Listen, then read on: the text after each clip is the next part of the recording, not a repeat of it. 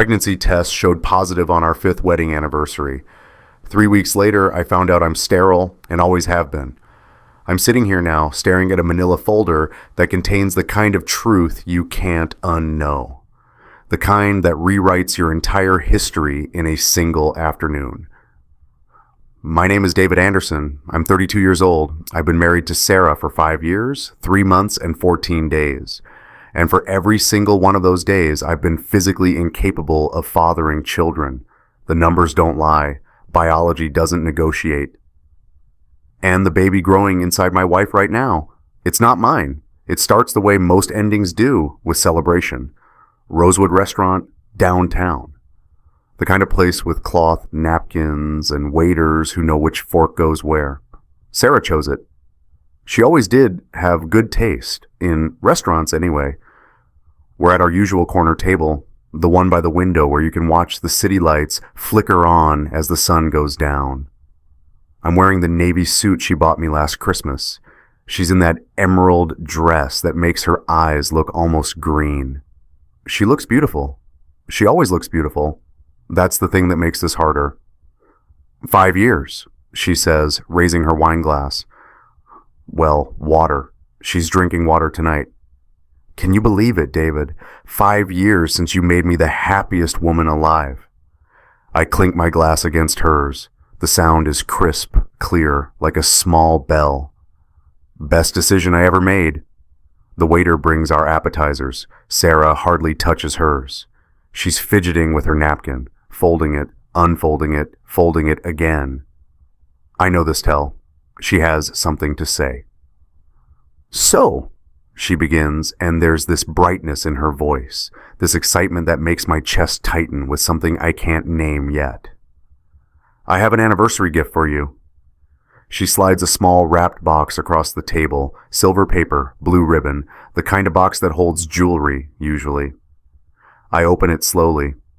Inside, nestled in white tissue paper, is a pregnancy test. 2 pink lines, clear as day, positive. My face does what faces do in moments like this. It smiles. My mouth makes the right shape. My eyes probably crinkle at the corners the way they're supposed to. But somewhere deep inside, in a place I don't have words for yet, something goes very, very still. We're pregnant, she whispers, and there are tears in her eyes now, the happy kind. I took 3 tests this morning. David, we're going to be parents. The restaurant swims a little. Sound gets muffled like I'm underwater. I'm saying something. The right things, I think. That's amazing. Oh my God, Sarah.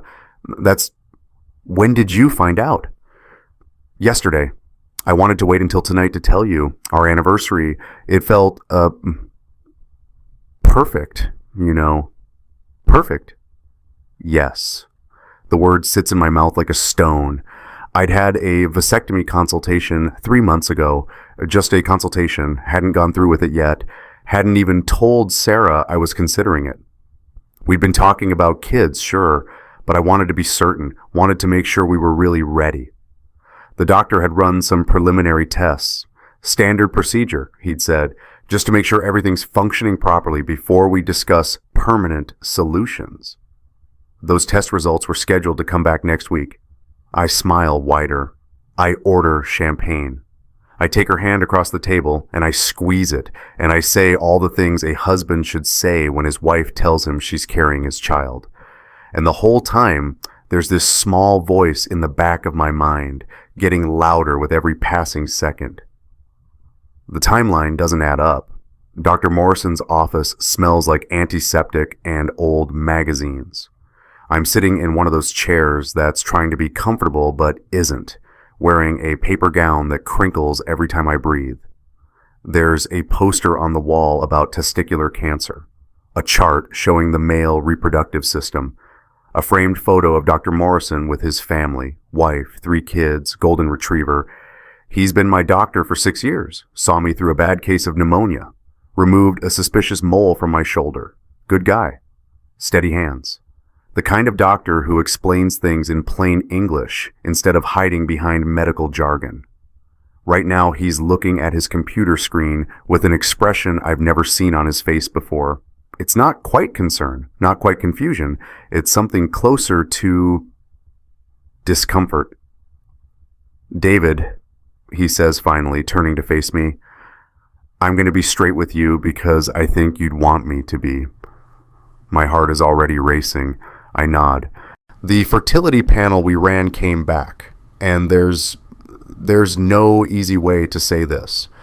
He clicks something on his screen, turns the monitor so I can see it. Numbers, percentages, a lot of zeros.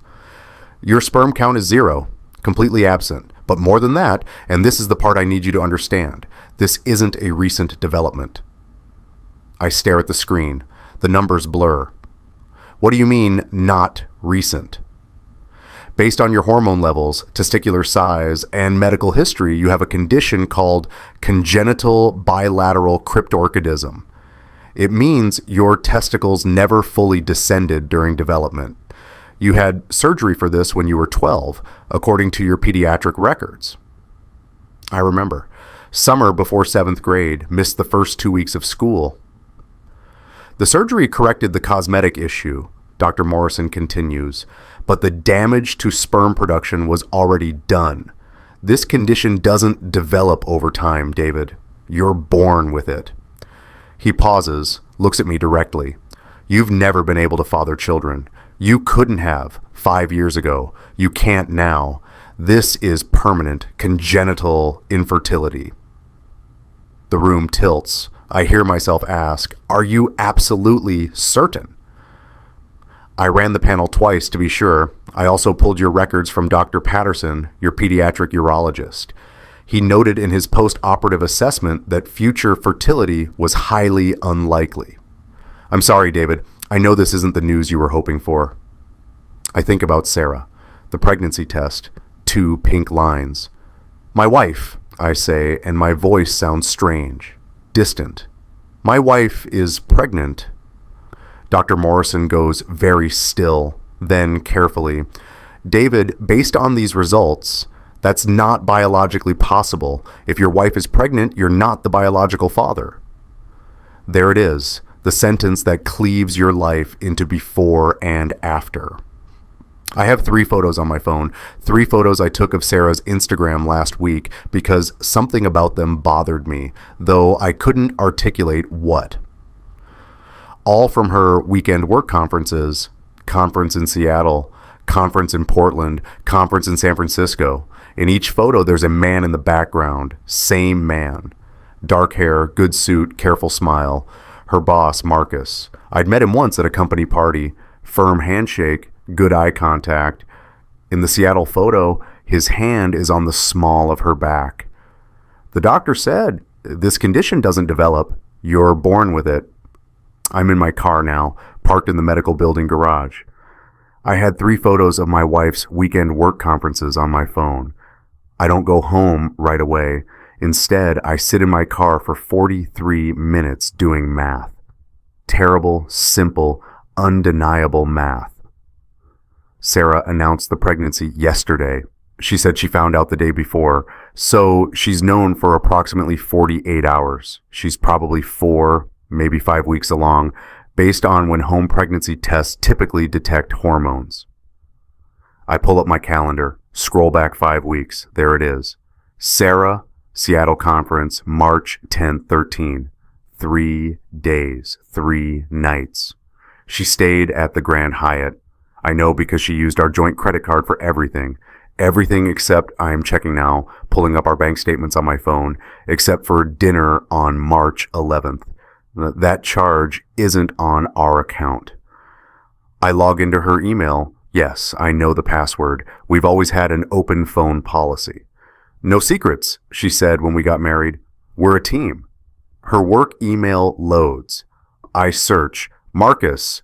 547 results. I start reading. Can't wait for Seattle. Same hotel as last time? Dinner at 8? Wear that red dress. Last night was incredible. I'm still thinking about you. My hands are shaking now. Actually shaking. I watch my fingers tremble on the phone screen like they belong to someone else. There's an email from March 14th, the day after she got back from Seattle. I miss you already. When can I see you again? M. Her response, Next conference is in 3 weeks. Can't wait. XO. I close the email app, open our bank statements again, look at the charges with fresh eyes. The Ritz-Carlton downtown, March 24th, 347's Victoria's Secret, March 29th, $89 Fleming's Steakhouse, April 2nd, 156, 2 entrees, bottle of wine. She told me she was working late all 3 of those nights, client dinners, important presentations. You know how demanding Marcus can be, she'd said. I'd known all right, just not the right definition of demanding. There's more. A receipt I almost missed because it's filed under miscellaneous couples spa package, the Sanctuary Wellness Resort, April 8th, $425. The signature at the bottom of the credit card slip isn't mine. It's printed Marcus Chen. She used his card. They went to a couple's spa together. I find a receipt for a couple's spa package. The signature at the bottom wasn't mine. I wait until she's asleep. It's past midnight when I finally come home. Sarah's already in bed, one hand resting on her still flat stomach. There's a book on the nightstand, What to Expect When You're Expecting. She's dog-eared page 37. I don't sleep. I sit in the kitchen with all the evidence spread out on the table like a case file. Medical report from Dr. Morrison, hospital letterhead, embossed seal you can feel with your thumb. Sperm count, 0. Diagnosis, congenital bilateral cryptorchidism with associated azoospermia. Prognosis for natural conception, 0%. Bank statements, yellow highlighter marks over the suspicious charges. The smell of the marker still lingers, chemical and sharp. Phone bill, a separate line item for text messages, 543 texts to one number in March alone. I cross-reference the number with her contacts. Marcus Chen, work, the little heart emoji next to his name that she probably thought I'd never see. Pregnancy test. She left it on the bathroom counter, propped up like a trophy. 2 pink lines, perfect, undeniable, accusing. I pick up the ultrasound photo she printed yesterday, grainy, black and white, a blur that's supposed to be a baby. Date stamp in the corner, estimated conception March 10th, 12. Seattle, the conference. The hotel room she shared with a man who isn't me. Every text message I read felt like swallowing glass. My father's voice echoes in my head.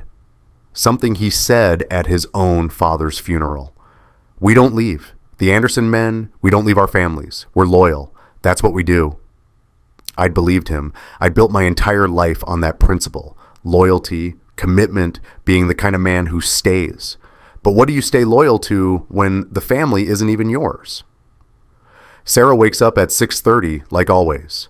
She comes downstairs in her bathrobe, sees me sitting at the kitchen table, and smiles. You're up early, she says. Couldn't sleep? Too excited about the baby? I don't answer. I just slide the medical report across the table. She picks it up, starts reading. I watch her face, watch the exact moment the words sink in. What is this? She asks, but her voice has already changed. The lightness is gone. Read it. She does. Her hands start to shake. David, I don't understand. This must be a mistake. You should get a second opinion. These tests can be wrong sometimes. They ran it twice. My voice is calm, eerily calm. And they pulled my pediatric records. I've been sterile since I was 12 years old, Sarah. Congenital condition, permanent, irreversible. She sets the report down, swallows hard. So when you told me you were pregnant, I continue, still in that same flat voice, I knew immediately it wasn't mine, couldn't be mine, biologically impossible. David, I slide the bank statements across the table, then the phone bill, then the printed emails. I'm giving you one chance to tell me the truth. I say, just one. Who's the father? She's crying now, full tears streaming down her face, the kind that usually make me want to comfort her. They don't anymore. Something in me has just stopped. It was a mistake, she whispers. It was just one time, I swear. I don't know how it happened. Don't lie to me. Not now. I have the receipts, Sarah. Multiple hotels, multiple dinners, the couple's spa package you charged to his credit card. Her face goes white. How long? I ask. She doesn't answer. How long? 6 months, she finally says, so quiet I almost don't hear it. Since the company retreat in October. 6 months, our entire 5th year of marriage. Every I love you she said during that time. Every kiss goodnight, every time she came home late, and I believed her about the client meetings, all of it. A lie. It's not Marcus's baby, she says suddenly, desperately. I swear to God, David, it's not his. Her phone rings. We both look at it, sitting on the counter. The screen lights up. Caller ID, Marcus, boss. The little heart emoji. She programmed that herself. Neither of us moves to answer it. No apologies would fix this, I hear myself say. No tears would rewrite biology. Just the truth, sitting in a manila folder on our kitchen table.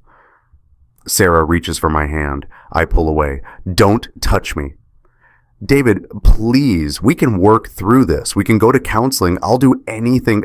You'll do a paternity test. She freezes. What? A court-ordered paternity test. We're going to establish legally and definitively who the father of that baby is. You can't be serious? I'm deadly serious. And Sarah? I stand up, collecting all my evidence into a neat pile. Remember that prenup you insisted we sign? The one your lawyer drafted? Read section 7.3, the infidelity clause, because I did, last night, very carefully. I watch the realization hit her, watch her remember. In case of proven infidelity, the unfaithful party forfeits all claims to spousal support, shared assets, and alimony. She drafted her own consequences. I just have to prove them. I didn't yell. I didn't cry. I just stopped loving her. You can feel it happen, like a light switch clicking off in your chest.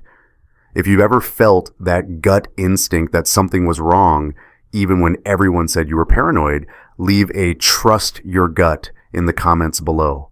Sometimes that instinct is the only thing telling you the truth. Sarah moves out that same day. Her mother comes to collect her.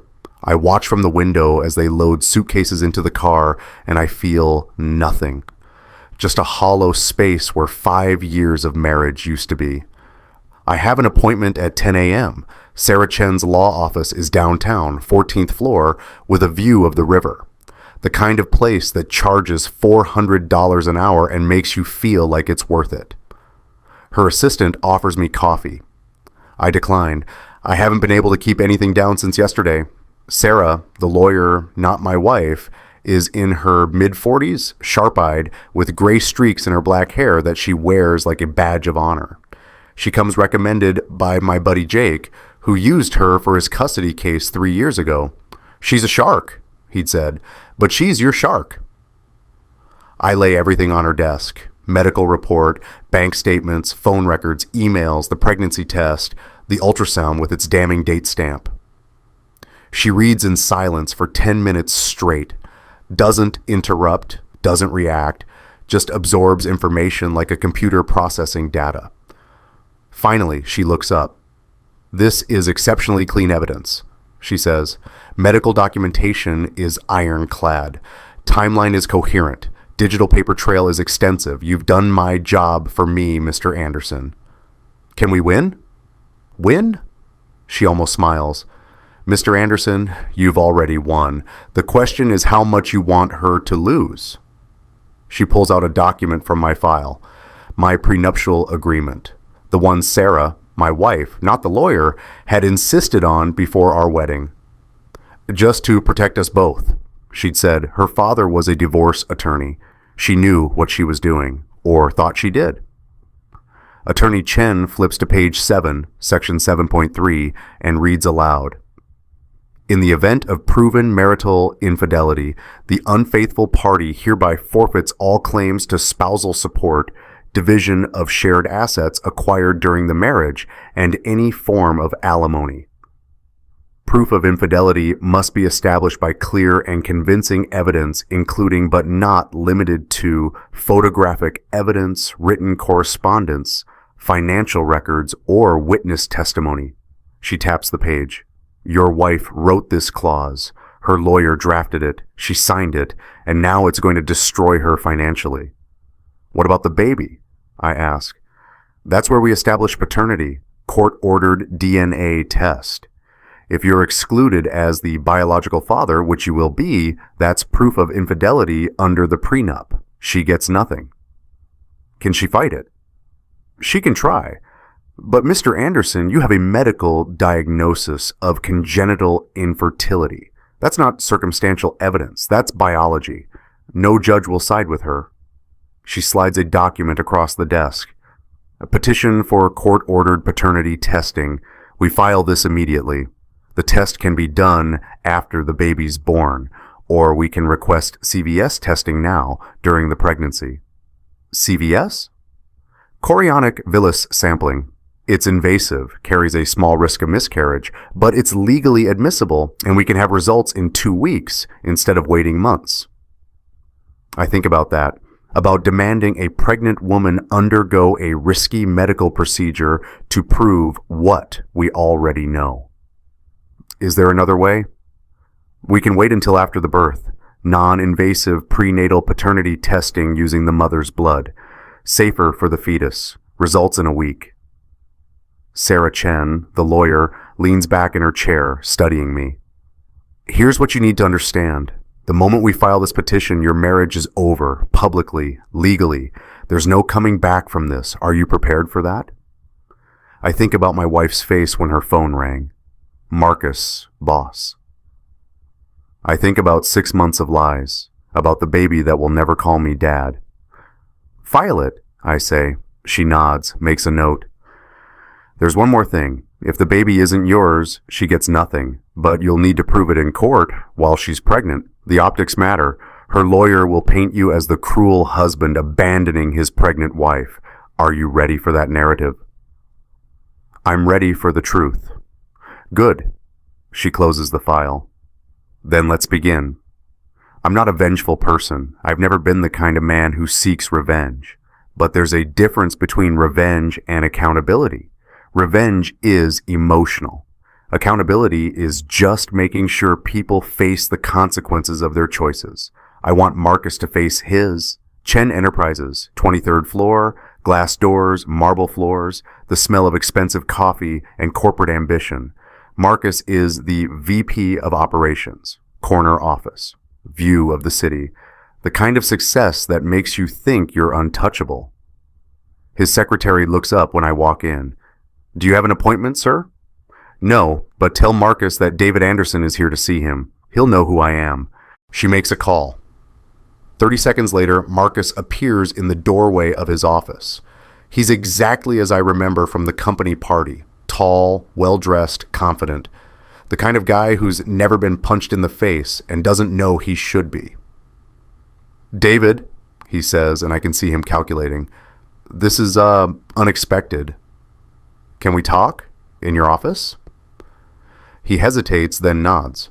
We walk into his corner office. Floor-to-ceiling windows, mahogany desk, photos on the credenza, him shaking hands with the CEO, him at some charity gala, him with Sarah at what I now recognize as the Seattle conference. Same hotel room visible in the background through the window, same bed. I close the door behind us. I'll make this quick, I say. I know about you and Sarah. His face doesn't change, but something shifts behind his eyes. I don't know what you're talking about. I pull out my phone, show him the emails, the texts, the bank statements. She's pregnant, I say. Did you know that? Now he reacts, goes pale. What? Found out on our anniversary, except I can't have children. Medical condition, congenital, permanent. I watch him process this. So that baby she's carrying, it's not mine. Marcus sinks into his desk chair. Jesus Christ.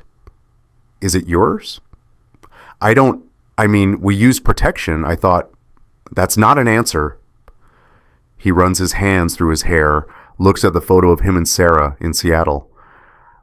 She told me she was divorced, he says finally. Back in October, she said the separation was messy, that you were contesting it, but that it was over between you two. She said she was just waiting for the paperwork to finalize.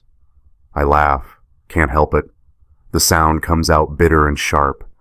We were never separated. We celebrated our 5th anniversary last week. She announced the pregnancy over dinner at Rosewood. Marcus stands up, starts pacing. This doesn't make sense. She was planning to move in with me after the baby came. We talked about getting engaged, He stops, turns to me. Wait, you're the ex-husband? Not yet, I say. His secretary knocks on the door. Mr. Chen, your 10:30 is here. Cancel it, he says, not looking away from me. Cancel everything. The door closes. She played us both, I say. Told me she was working late. Told you she was divorced. Built 2 separate lives and thought neither of us would figure it out. Marcus goes pale. His hand unconsciously touches the photo frame on his desk. Him with Sarah at the conference. I need to know, I say. Are you going to step up? Take responsibility for the child? He doesn't answer right away, just stares out the window at the city below. I have a wife, he says quietly. 3 kids, a mortgage, a life. He looks at me. She was supposed to be different, a fresh start, not this. So, that's a no. I didn't say that. You didn't have to. I pull out my phone again, hit record. For the record, Marcus Chen, do you acknowledge having a sexual relationship with my wife, Sarah Anderson, beginning in October of last year and continuing through at least March of this year? He stares at the phone, at the red recording light. Yes, he says finally. Yes, I do. And is it possible that you're the biological father of her unborn child? Longer pause. Yes, it's possible. I stop the recording. Thank you. I'm at the door when he speaks again. Does your lawyer need this? He asks, nodding at my phone. Already sent it to her, along with the photo on your desk, time-stamped, location tagged, Seattle, March 11th. Marcus looks at the photo like he's seeing it for the first time. Then, slowly, he picks it up and turns it face down. She told me she was divorced. We've been planning to... Wait, you're the ex-husband? I said, not yet. My mother hosts Sunday dinner every week, has since I was a kid. It's a tradition. Family gathers. We eat pot roast. We pretend everything is fine even when it isn't. Today, everything is very much not fine. Both families are here. My parents, Sarah's parents, my sister Emily with her husband, Sarah's brother Tom. 10 people total, crowded around the dining room table that's been in my family for 3 generations. Sarah sits at the opposite end. We haven't spoken since she moved out 4 days ago. My father says grace. We pass dishes. The sound of silverware on plates fills the awkward silence. It's my mother who finally breaks it. So, she says with forced brightness, Sarah, honey, how are you feeling? Any morning sickness yet? Sarah's hand goes to her stomach. A little, mostly just tired. That's normal for the first trimester, my mother-in-law adds. I was exhausted with both of mine. David must be so excited, my mother continues, looking at me. First grandchild. I set down my fork. Actually, Mom, there's something everyone should know. The table goes quiet. I pull out the medical report, the one I've been carrying in my jacket pocket for 4 days. Place it on the table next to the mashed potatoes. I'm sterile, I say, flat, factual. Congenital condition, have been since birth, confirmed by 2 separate tests last week. My mother picks up the report, reads it, passes it to my father. I don't understand, my mother says. It means, I say, looking directly at Sarah, that I can't be the biological father of Sarah's baby. You could hear a pin drop. The report makes its way around the table. Each person reads it. Each person looks at Sarah. Each person realizes what this means. Sarah's mother speaks first. This is obviously a mistake. Medical tests can be wrong. You need a second opinion. They ran it twice, I say, and pulled my pediatric records. This isn't new. This is permanent. Then the baby must be from before you two met, Sarah's father tries. Some kind of delayed, "Dad, stop!" Sarah's voice is barely a whisper. "Just stop!" My father clears his throat. "Sarah, is there something you need to tell us?" She's crying now, full tears. Her hands shake as she wipes her eyes. "It was a mistake," she says. "It happened once. I didn't mean for any of this." Once. I pull out my phone. Show the table the text message log. 543 messages to Marcus in March alone. This is just 1 month. Want to see February, January? Sarah's brother Tom stands up. "You're humiliating her in front of the whole family." "She humiliated herself," my father cuts in. His voice is steel. I've heard this tone exactly 3 times in my life. This is the 4th. "My son is the most loyal man I know. If he's walking away, it's because there's nothing left to be loyal to." My mother is crying now too, but she's looking at me, not Sarah. "What do you need from us?" she asks. I pull out the paternity test consent form, the one Attorney Chen prepared, place it on the table. Sarah needs to agree to a court-ordered paternity test to establish legally who the father is. My mother-in-law gasps. "You can't force a pregnant woman to undergo medical testing. It's non-invasive," I say. "Simple blood draw, no risk to the baby, results in a week." "Don't you dare," Sarah's mother says, her voice rising. "The stress alone could cause a miscarriage." "Which baby?" I ask. "The one that's not mine?" Silence. My mother-in-law whispers, "Do the test." Sarah's mother turns on her. "Are you insane? This will stress the baby."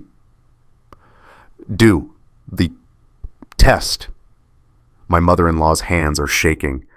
"If there's nothing to hide, do the test." Sarah looks at her mother, then at me. "I need a lawyer." "Good idea," I say. "So do I. Mine's already filed the petition. You'll be served tomorrow." I stand up, fold my napkin, place it on my plate. "We don't leave," I say, looking at my father, his words, his philosophy. "But we don't stay for liars." I walk out. Behind me, the table erupts in shouting. I don't look back. Here's the question. When someone betrays you this deeply, do you owe them mercy because of your history, or do you owe yourself justice? Comment mercy or justice. Jake meets me at Mickey's bar, our usual spot. It's Tuesday night, which means the place is half empty. Good. I don't want to be around people. He orders 2 whiskeys, slides one across to me. "So," he says, "you really did it. Filed for divorce." "Petition for paternity testing, technically. The divorce comes after." "Same thing." He sips his drink. "How you holding up?" I don't answer right away. How am I holding up? I'm sleeping 3 hours a night. I've lost 8 pounds in a week. I keep finding things around the house that remind me of her. Her coffee mug, her hairbrush, a sweater she left on the couch. Every single item feels like evidence of a life that never existed. "I'm fine," I say. Liar. I smile, but it doesn't reach my eyes. The test will take a week, maybe 10 days. Results come back, we present them in court, judge grants the divorce. Clean, simple. And then what? Then I move on. To what? I don't have an answer for that. My phone buzzes. Email from Attorney Chen. Subject, test scheduled. I open it. Paternity test appointment, Thursday, 2 p.m., clinical laboratory. Both parties required to be present. 2 days, I tell Jake. 2 days and we'll know for sure. You already know. Yeah, but now the court will know. Now it's official. He signals for another round. You know what kills me? She could have just left. Filed for divorce, walked away, started fresh with this Marcus guy. Instead, she tried to pass off another man's kid as yours. She needed the safety net, I say. Marcus wasn't going to leave his wife. She knew that. So she kept me on the hook. The reliable husband. The guy who'd raise another man's child and never question it because I'm too loyal to imagine betrayal. She underestimated you. She underestimated biology. The drinks arrive. We sit in silence for a while. And when you get the results, Jake says finally, what are you going to feel? Relief, anger, satisfaction? I think about that. Probably nothing. I think I've felt everything already. Now I'm just empty. That's grief, man. For what? The marriage was fake. The baby isn't mine. What am I grieving? The idea of it. The life you thought you had. That's real, even if the details were lies. Maybe he's right. Maybe I am grieving. I just don't have the energy to process it yet. My phone buzzes again. Text from an unknown number. This is Marcus. Can we talk? I show Jake. What does he want? Probably to see if I'm going to sue him. Alienation of affection is still on the books in some states. Are you? Haven't decided yet. The envelope will arrive certified mail next week. I'll hold it for 3 hours before opening it because once I know, I can't unknow. But deep down, I already know. The truth is in the timeline, in the biology, in the lies she told both of us. The lab is sterile and quiet. White walls, blue chairs, the smell of hand sanitizer and fear. Sarah is already there when I arrive. She's showing now, just a small curve, but visible if you're looking for it. She's wearing a loose sweater that doesn't quite hide it. We don't speak, just sit on opposite sides of the waiting room, staring at our phones. A nurse calls us back. Anderson? We follow her into a small room. 2 chairs, a desk, paperwork. This is a non-invasive prenatal paternity test, the nurse explains. We'll draw blood from the mother, extract fetal DNA from the sample, and compare it to the alleged father's DNA via cheek swab. Results in 7 to 10 business days. And it's accurate? Sarah's voice is small. 99.9% accuracy rate once the fetus reaches 9 weeks gestation. You're at 11 weeks, so we're well within the reliable window. The nurse preps Sarah's arm, ties the rubber tourniquet, finds the vein. Sarah closes her eyes as the needle goes in. I watch the blood fill the vial. Dark red. Damning. All done, the nurse says. She turns to me. Mr. Anderson, cheek swab for you. I open my mouth. She scrapes the inside of my cheek with what looks like a giant Q-tip, places it in a sealed tube. Results will be mailed to both parties and your respective legal counsel, she says. Any questions? Neither of us speaks. Then you're all set. Take care. We walk out separately. I leave first. Sarah stays in the room, and I can hear her crying as the door closes behind me. I'm about to open the envelope. Before I do, what would you do in this moment? Be honest. The envelope arrives on a Monday. I'm home from work, standing in my kitchen, holding a piece of certified mail that weighs maybe 2 ounces, but feels like it could collapse the floor beneath me. Official letterhead, Laboratory Services Division, barcoded tracking number. The kind of envelope that changes lives. I set it on the counter, make coffee, drink it, wash the cup, put it away. The envelope is still there. I pick it up again, feel the weight of the paper, the slight thickness of the documents inside. Once I open this, there's no unknowing it, no pretending, no ambiguity. 3 hours pass. At 7:47 p.m., I finally tear it open. Inside, 5 pages of technical jargon, genetic markers, allele frequencies, probability calculations. I skip to the last page, the conclusion. Based on the genetic analysis of 21 DNA markers, the tested individual, David Anderson, is excluded as the biological father of the tested fetus. Probability of paternity 0.0%. There it is, 0%. Not unlikely, not improbable, impossible. I read it 3 times to be sure. The lab highlighted the key finding in yellow. Alleged father excluded as biological parent. My hands aren't shaking anymore. They were earlier today, when the mail truck pulled up, when the postman handed me the certified envelope, when I signed for it, but now I'm steady, calm, clear. The truth isn't shocking when you already know it. It's just official. I take a photo of the report, send it to Attorney Chen with one word, proceed. She responds in 30 seconds. Divorce petition filed. She'll be served tomorrow. I'm sorry, David. I'm not. Sorry implies regret. I don't regret discovering the truth. I don't regret protecting myself. I don't regret holding someone accountable for their choices. The report had one line highlighted in yellow by the lab. Alleged father excluded as biological parent. My hands didn't shake anymore. The process server arrives at Sarah's mother's house at 9:47 a.m. on a Tuesday. I know because Sarah calls me screaming exactly 3 minutes later. You can't do this! You can't throw me out while I'm pregnant! I'm at work. I step outside to take the call. Keep my voice level. I'm not throwing you out. You're living with your mother. The house is in both our names. Actually, it's in my name. I bought it 2 years before we married. Check the deed. Silence on the line. She hadn't checked. The divorce petition includes all assets, I continue. House, cars, savings, investments, and per the prenuptial agreement section 7.3, proven infidelity means you forfeit your claim to all of it. I'll fight this. With what money? Your lawyer will need a retainer.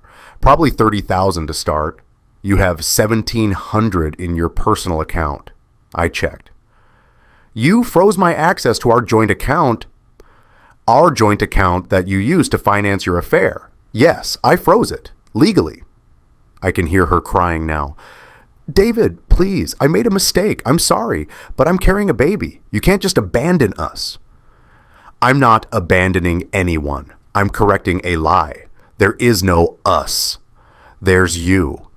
And there's a baby that isn't mine. And there's Marcus, who, by the way, also wants nothing to do with you. I spoke to him yesterday. He told you that? His wife found out, filed for divorce, took the kids. He's been transferred to the Chicago office, effective immediately. Didn't he tell you? More crying. You need to let me come home. I have nowhere else to go. You have your mother's house. You have your brother. You have friends. What you don't have is a husband. The baby is not my responsibility. You made that choice in Seattle and Portland and San Francisco and at the Ritz and at Fleming's and at the couple spa where you used Marcus's credit card. Silence. How did you... I'm thorough, Sarah. You should know that by now. The line goes quiet. I can hear her breathing. I hate you, she whispers. No, you don't. You hate that you got caught. There's a difference. I hang up. 10 minutes later, my phone rings again. Unknown number. Mr. Anderson, this is Melissa Porter, representing Sarah Anderson in her divorce proceedings. A lawyer. Sarah found a lawyer. What can I do for you, Ms. Porter? My client wishes to negotiate a settlement outside of court. She's willing to waive her claim to spousal support in exchange for keeping the house and one vehicle. I almost laugh. No. Mr. Anderson, my client is pregnant and vulnerable. Surely you can show some compassion. Your client committed adultery, attempted to defraud me into raising another man's child, and violated a prenuptial agreement she personally drafted. Compassion was when I paid for her health insurance for 6 months after I found out. Compassion was when I didn't press charges for identity theft when she used my credit card to buy her boss gifts. Compassion was when I gave her a week to move out instead of having the locks changed immediately. The optics of this are terrible for you. A man divorcing his pregnant wife. A man divorcing his unfaithful wife who tried to pass off her boss's baby as his.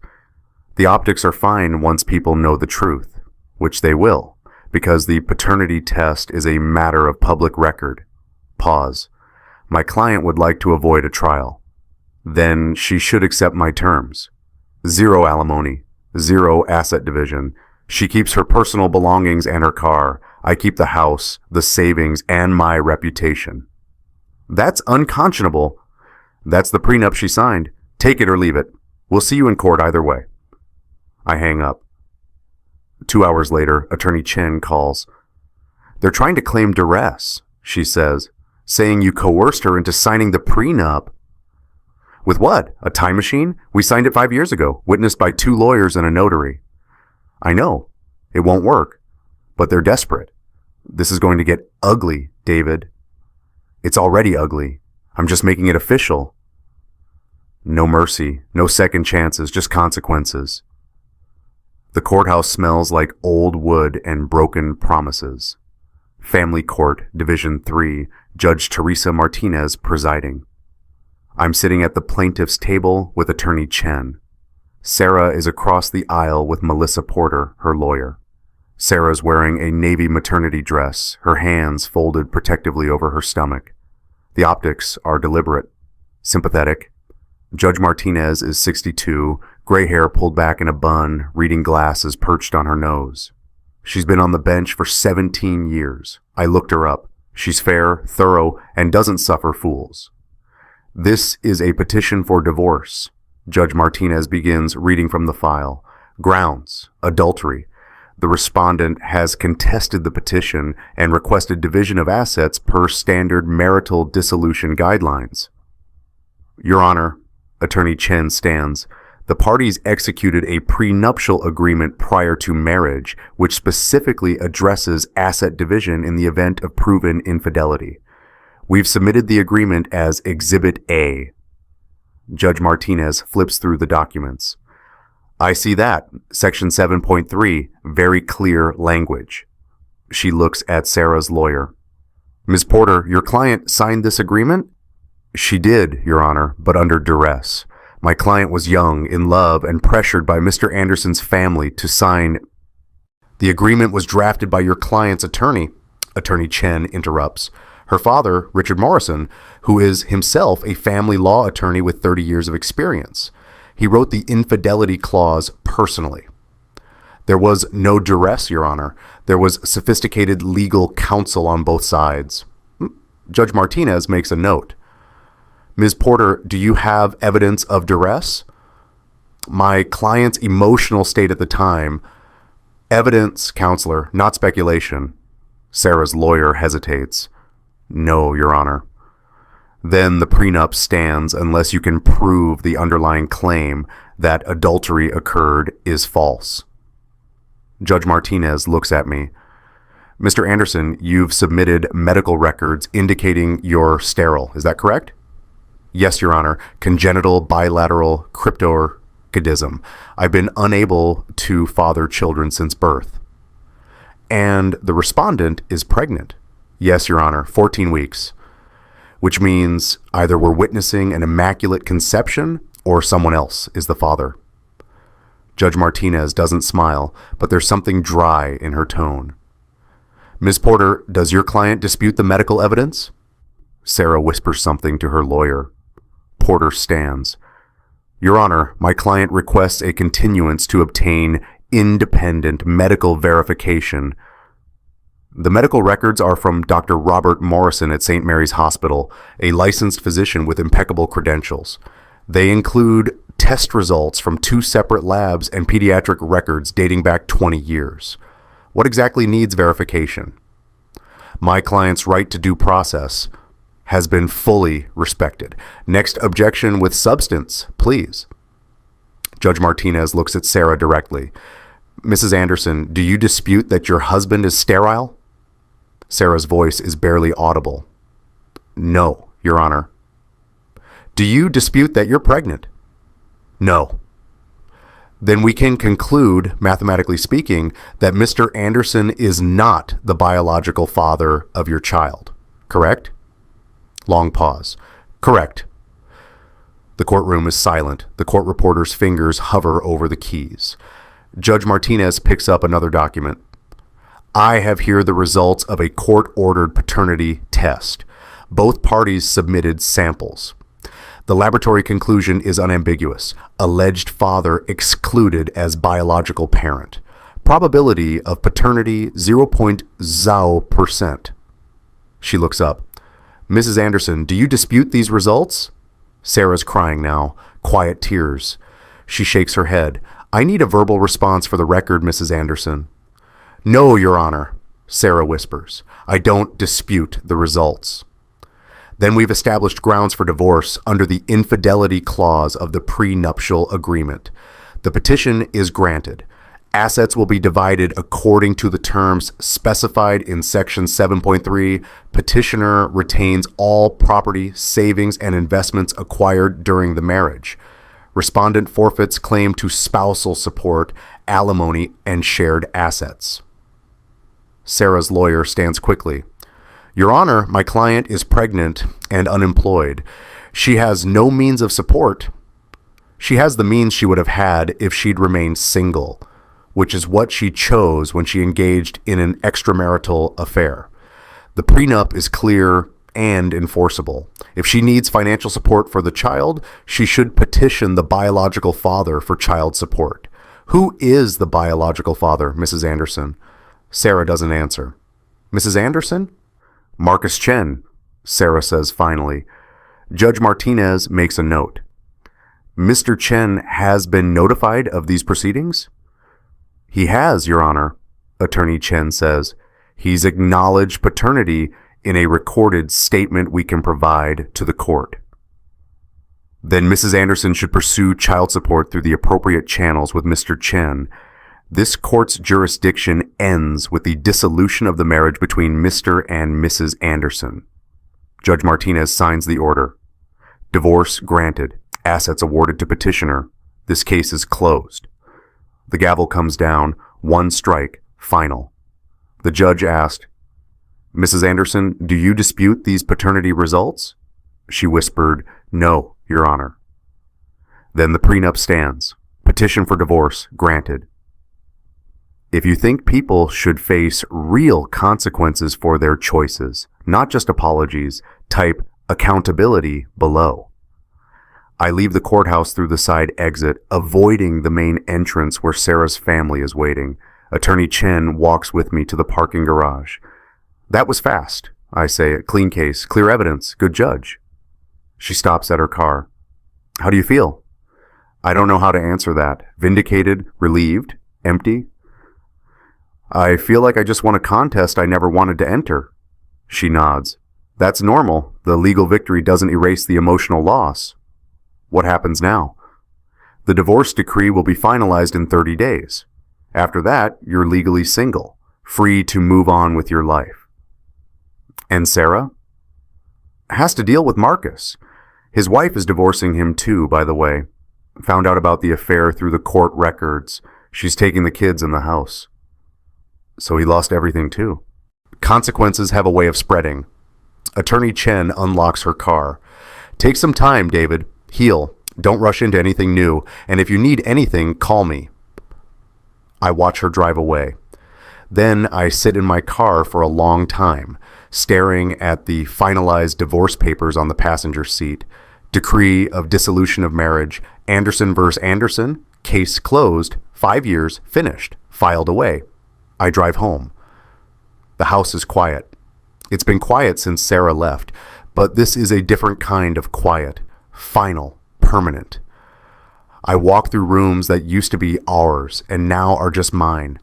The kitchen where we ate breakfast together. The living room where we watched movies.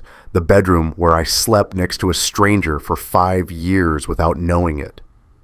In the nursery, the room Sarah had started painting pale yellow, I find a box of things she left behind. Baby name books, prenatal vitamins, a stuffed elephant someone gave her at the family dinner before everything fell apart. At the bottom of the box, there's a sonogram photo, the latest one, 12 weeks. You can see the shape now, head, body, tiny limbs. I take it, sit down on the floor. And for the first time since this started, I let myself think about the child. Not Sarah's betrayal, not Marcus's cowardice, just the child. The innocent party in all of this. I find a legal pad and a pen.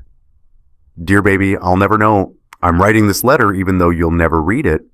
Maybe I need to say these things more than you need to hear them. For 3 weeks, I thought you were mine. For 3 weeks, I imagined what you'd look like. Whether you'd have my eyes or your mother's smile. What your first word would be. Whether you'd like baseball or books or both. I picked out names. I started a college fund. I cleared out the spare room to make a nursery. I told my parents they were going to be grandparents, and I watched my dad cry for the first time in 20 years. And then I found out the truth. You're not mine. You never were. The timeline doesn't work. The biology doesn't work. The math doesn't lie. I'm angry at your mother for what she did. I'm angry at Marcus for his cowardice. But I'm not angry at you. You didn't ask for any of this. You didn't choose to be conceived in a hotel room during a business trip while your mother was lying to 2 different men about who she was. You deserve better than this. You deserve parents who tell the truth, who honor their commitments, who understand that loyalty isn't just a word you say when it's convenient. I hope your real father, Marcus, steps up. I hope he's better than the choices your mother made. I hope he's there for your first day of school and your graduation and your wedding. I hope he teaches you to throw a baseball and change a tire and apologize when you're wrong. But if he doesn't, if he runs, if he hides, if he pretends you don't exist, I hope you find people who choose to love you anyway. Because family isn't always blood. Sometimes it's the people who show up, who stay, who choose you every single day. I won't be one of those people. I can't be. It would break me to raise you knowing you're not mine, knowing every milestone is a reminder of betrayal. That's not your fault. That's just reality. I'm sorry I can't be the dad I wanted to be for you, but I won't be the fool your mother needed either. I hope you grow up strong. I hope you grow up honest. I hope you grow up knowing your worth. And I hope someday you understand why I had to walk away. David. I fold the letter, stare at it for a long time, then I walk to the fireplace, strike a match, and watch it burn. The paper curls, the ink runs, the words disappear into smoke and ash. I wrote, I hope your real father is better than your mother's choices. You deserved parents who told the truth. I burned it before I could send it. 3 weeks later, I get a text from Marcus. Can we talk? In person? I agree to meet him at a coffee shop downtown, neutral territory. He's already there when I arrive, sitting in a corner booth, looking like he hasn't slept in days. There are dark circles under his eyes. His suit is rumpled. I sit across from him, order coffee, wait. My wife filed for divorce, he says finally. She found out about Sarah through the court records, took the kids to her sister's place in Phoenix. I haven't seen them in 2 weeks. I don't respond. The company transferred me to Chicago, effective last Monday. It was that or get fired. Morality clause in my contract, no workplace affairs. He laughs, bitter. Turns out sleeping with your subordinate's wife is bad for corporate image. Subordinate? I ask. Sarah worked in my department, junior analyst. I was her direct supervisor. He runs his hands through his hair. HR investigation found evidence of favoritism, promotions she didn't earn, bonuses that weren't justified. I gave her everything because I thought we were in love. Were you? He doesn't answer right away. I don't know. Maybe. Or maybe I was just a middle-aged idiot having a cliché affair with a younger woman who told me what I wanted to hear. She told you she was divorced. She told me a lot of things, that you were abusive, that the marriage was dead, that she'd been trying to leave for years, but you controlled all the money. He looks at me. None of that was true, was it? No. I'm an idiot. You're not the first man to believe a beautiful liar. She's trying to get child support from me, he says. Her lawyer sent a petition, wants $3,000 a month. Are you going to pay it? I don't have a choice. Paternity test confirmed I'm the father. Judge ordered support plus medical expenses. He stares into his coffee. My wife is taking half of everything in the divorce. Sarah's getting another chunk in child support. I'll be broke in 2 years. Marcus lost his job, his marriage, and gained a child support bill. My ex-wife moved in with her mother and waited for a man who would never come back. I'm not telling you this for sympathy, he continues. I'm telling you because you were right. Consequences spread. Sarah lied to both of us. She destroyed both our marriages. And now we're both paying the price while she plays the victim? Exactly. He leans back. My lawyer wants me to sue her for fraud. Says I have grounds because she lied about being single. But honestly, I just want this over. I want to move to Chicago, start fresh, and forget this whole nightmare ever happened. What about the baby? He's quiet for a long time. I'll pay child support. That's what the law requires. But I don't think I can be a father to a child that represents the worst mistake of my life. Does that make me a terrible person? I think it makes you honest. She told me she was divorced. We've been planning to get engaged after the baby comes. She lied to both of us. We sit in silence for a while. Two men who loved the same woman. Two men who believed the same lies. Two men who lost everything to the same betrayal. I don't forgive you, I say finally, but I understand you were a victim too. Thank you, he says quietly. I leave him sitting there, staring at his coffee, contemplating the ruins of his life. No villains, no heroes, just people who made choices and lived with them. 6 months later, Jake's backyard, Sunday afternoon, barbecue smoke and kids laughing. His daughter Emma is 7. His son Tyler is 5. They're chasing each other around the yard with water guns, shrieking with joy. Uncle David, Emma yells. Come play with us. Uncle David. She started calling me that 3 months ago. The first time I froze. Didn't know what to say. Didn't know if I deserved the title. Jake noticed, put a hand on my shoulder. You've been in her life since she was born, man. You've earned it. Now I grab the third water gun from the patio table and join the battle. Tyler ambushes me from behind the shed. Emma gets me with a direct hit to the chest. I surrender dramatically, falling to the grass while they celebrate their victory. You let us win, Emma accuses, but she's smiling. Prove it, I say. She launches into a detailed breakdown of my tactical errors. 7 years old and already smarter than me. Jake's wife, Melissa, brings out lemonade. You're good with them, she says. They're good kids. They love you. You know that, right? I watch Tyler trying to refill his water gun from the hose, getting more water on himself than in the gun. Yeah, I know. How are you doing? Melissa asks. It's the question everyone's been asking for months. How are you doing? You okay? Hanging in there? I'm better, I say, and it's true. The sharp edge of pain has dulled. I still have bad days. Days when I drive past Rosewood Restaurant and remember the anniversary dinner. Days when I see a pregnant woman and feel the ghost of that betrayal. But mostly, I'm okay. The house sold, I tell her. Closed last week. Where are you moving? Bought a condo downtown, 2 bedrooms, one for me, one for guests. I smile. Or for a couple of kids when their parents need a night off. Melissa hugs me. You're going to be okay, David. I know. My father shows up an hour later. He's been coming to these barbecues since the divorce. Says he likes watching me with Jake's kids. Says it reminds him of something. We sit on the patio while the kids play. Your mother wants to know when you're coming for Sunday dinner, he says. Next week, probably. She's worried about you. Wants to set you up with someone.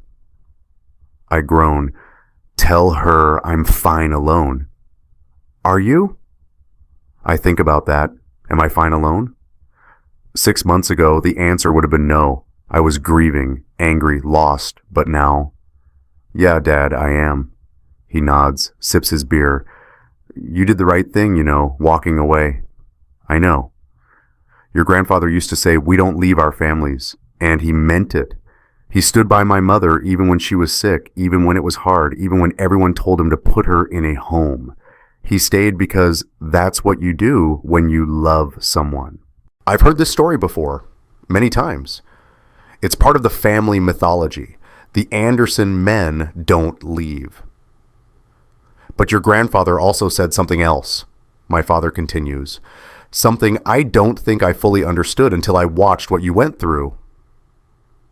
He looks at me directly. He said, loyalty is a gift you give to people who've earned it, not a debt you owe to people who've taken it for granted. I feel something shift in my chest, a weight I didn't know I was carrying. You've been loyal to the person who mattered most, my father says, yourself and son. That took more courage than staying ever would have. Jake's daughter calls me uncle for the first time that afternoon. It means more than any paternity test ever could. Uncle David, come push us on the swings. I stand up. My father stands with me. We don't leave, he says, echoing the old family motto. Then he smiles. We just know who's worth staying for. And suddenly, I understand. Loyalty isn't about blind commitment. It's not about staying in situations that destroy you. It's about knowing the difference between adversity that strengthens and betrayal that breaks. It's about honoring commitments to people who honor theirs. It's about choosing your family, not because of blood or law or obligation, but because they choose you back. I push Emma on the swing. Tyler wants to go higher. They laugh and shriek and trust me completely to keep them safe. This is family, not biology, not legal documents, just people showing up for each other, people who tell the truth, people who stay. Jake brings me another beer. We stand there watching the kids play while the sun sets behind the trees. You know what I realized? I say. What's that? Sarah spent 5 years trying to build a family on lies, and it collapsed the second the truth came out. But this, I gesture at the yard, the kids, the friends gathered around a grill. This is real, no pretense, no deception, just people choosing to be in each other's lives.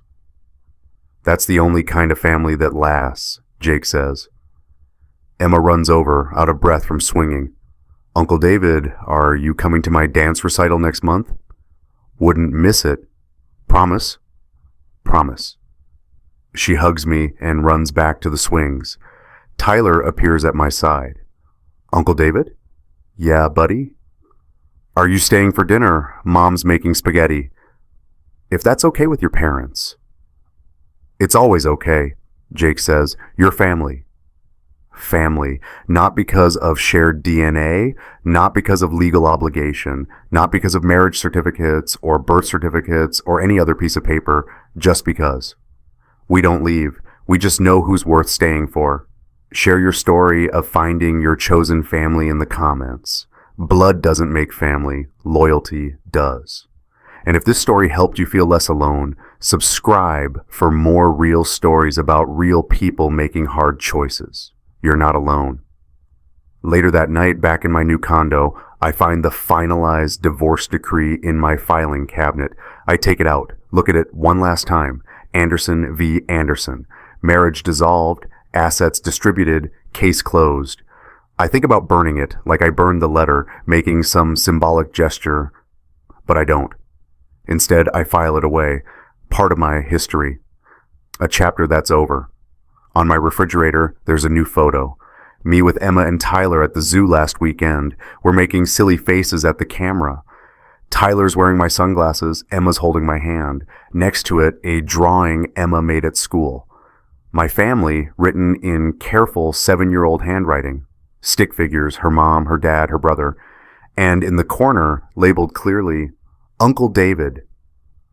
I'm in her family picture, not by blood, not by law, by choice. I think about the baby, Sarah's baby, Marcus's baby, and I wonder if they're okay. If Sarah found help, if Marcus stepped up despite his doubts, if the child will grow up knowing they were wanted, even if the circumstances were complicated. I hope so, but it's not my story anymore. I'm writing a new one. I pour a glass of whiskey, stand at my window looking out at the city lights, think about where I've been, where I'm going. The prenup Sarah wrote to protect herself became the document that freed me. The lies she told to keep me became the evidence that released me. The baby she thought would trap me became the proof of my liberation. Consequences have a way of coming full circle. My phone buzzes, text from Jake. Tyler wants to know if you can teach him to ride a bike next Saturday. I smile, type back. Absolutely. 10 a.m.? Perfect. Thanks for being there today. The kids love you. The feeling's mutual. I set down my phone, finish my whiskey, look at the drawing on my refrigerator one more time. This is what family looks like. Not DNA, not marriage certificates, not legal obligations. Just people showing up, telling the truth, choosing each other. We don't leave. We just know who's worth staying for.